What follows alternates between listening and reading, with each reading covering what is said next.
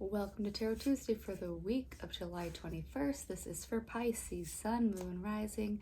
Take what resonates, and if this reading doesn't speak to you, go check out your other two signs videos for deeper messages. So Pisces, we are here leaving fellow water sign season Cancer, moving into Leo season. The Sun moves into Leo tomorrow on the 22nd. And then the next day on the 23rd, we have Mercury going direct. So it's been retrograde for a minute. And we know that, we've had technology, communication, transportation delays. And while we are going into Mercury direct, there's going to be this hangover, this post-shadow of Mercury retrograde that we are still assessing what just happened. And so this is outside of the traditional Gregorian calendar bullshit, but there's other calendars in the world that operate off of a 13 moon system, and so it breaks up the year into 13 months basically. And so we have two things happening right now simultaneously. We are technically in the Egyptian New Year right now. I think it started on the 19th this year, and then on the 25th we have the day outside of time that's in the Mayan calendar system. And so what this looks like how when we're in the winter months, and say from the solstice, which is about December 20th, 22nd, through that time period, to maybe a week into New Year's, the new year, there's this somewhat of a pause. There's this moment where everything's kind of suspended. It's literally just for the holidays, but yeah, there's a suspension of time, and we are at the mirror opposite time of the year to that. So right now it's where, say, Europeans go on their summer holiday, or like our 2 weeks here in America off, whatever. And yeah, it's just we take this suspension of time, this day where the nights are the longest, the days are the hottest, and then we fall back into the harvest.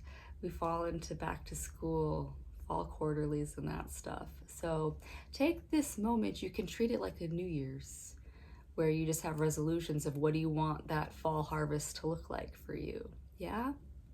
And the last thing astrology-wise is on the 26th, we have Saturn going retrograde. Being an outer planet, we don't feel it as much as we would say this Mercury retrograde, but you can think of it, if you've had your Saturn returns, you know that Saturn rules over things like limitations and boundaries.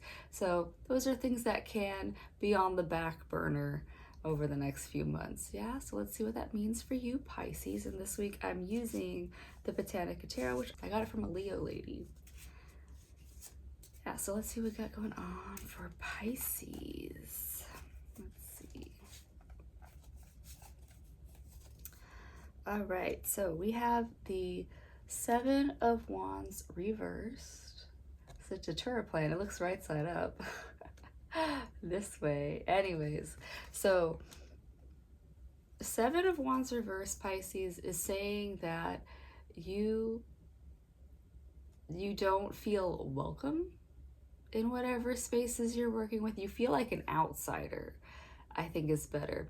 You don't feel like you're on the same page as people around you. No one is out to get you, Pisces, and if they are, then maybe that isn't the people you want to be around anyways. But yeah, it's just, you have this like me versus the world energy right now, which is not the most productive thing. Let's see. You're coming from, this is you anyways, this is the Queen of Cups, and so this is just saying, Pisces, to honor your feelings. Like if I'm telling you that the world is not against you, but you feel it that way, you feel valid in whatever your feelings are.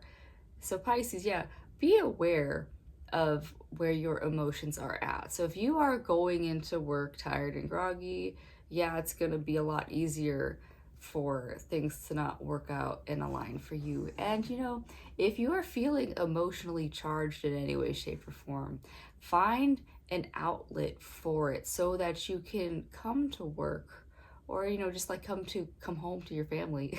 Even there is a place where we can get triggered into feeling like us versus them energy. Like you have to feel comfortable in yourself. So if you are compiling emotions over time, you got to find outlets for it. And I was telling somebody else, I don't know if it was this week or last week, I was talking about Agretsuno, that cat on Netflix, or she's not a cat, she's a red panda, who it works in an office, gets like just kind of pent up rage, and then goes to karaoke and literally just metal screams it out. So Pisces, that could be something that you need or want right now. I don't know. It could be. So one thing that I was doing, I was given this assignment of literally once a week just watching something like one of those like animal rescue commercials and just dumping it out. Just Pisces, you just need to reset yourself. It's like you can't pour from an empty cup. And even it's like in this situation, it doesn't sound like you want to pour it all for anybody. You're not trusting a lot of people, but this is saying that, yeah, Pisces, you fill your own cup first, and then things around you can't, tip you over as much because you're already okay. Yeah. I feel like somebody has already got this card in sequence before. I don't know, but let's see. So you've got the Tower, and there's a Tower moment coming, and Tower moments are not bad. It's right side up, so it means that you are clearing out something so that you can have a better foundation for where you want to go now.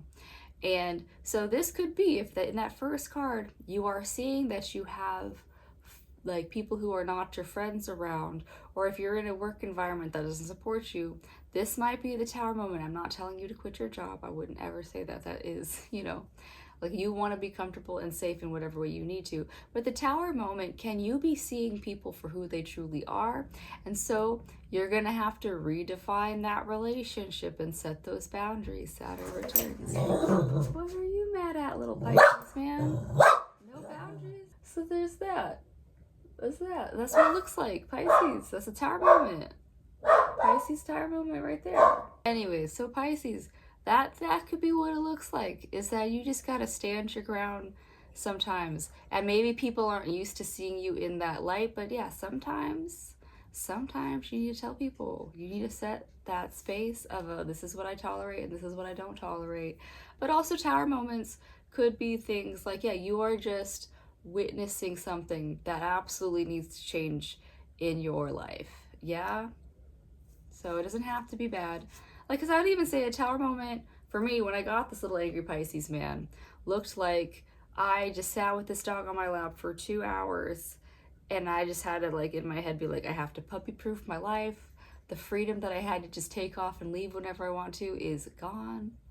Has it benefited me so much more to have this little energy in my house all the time? Yes.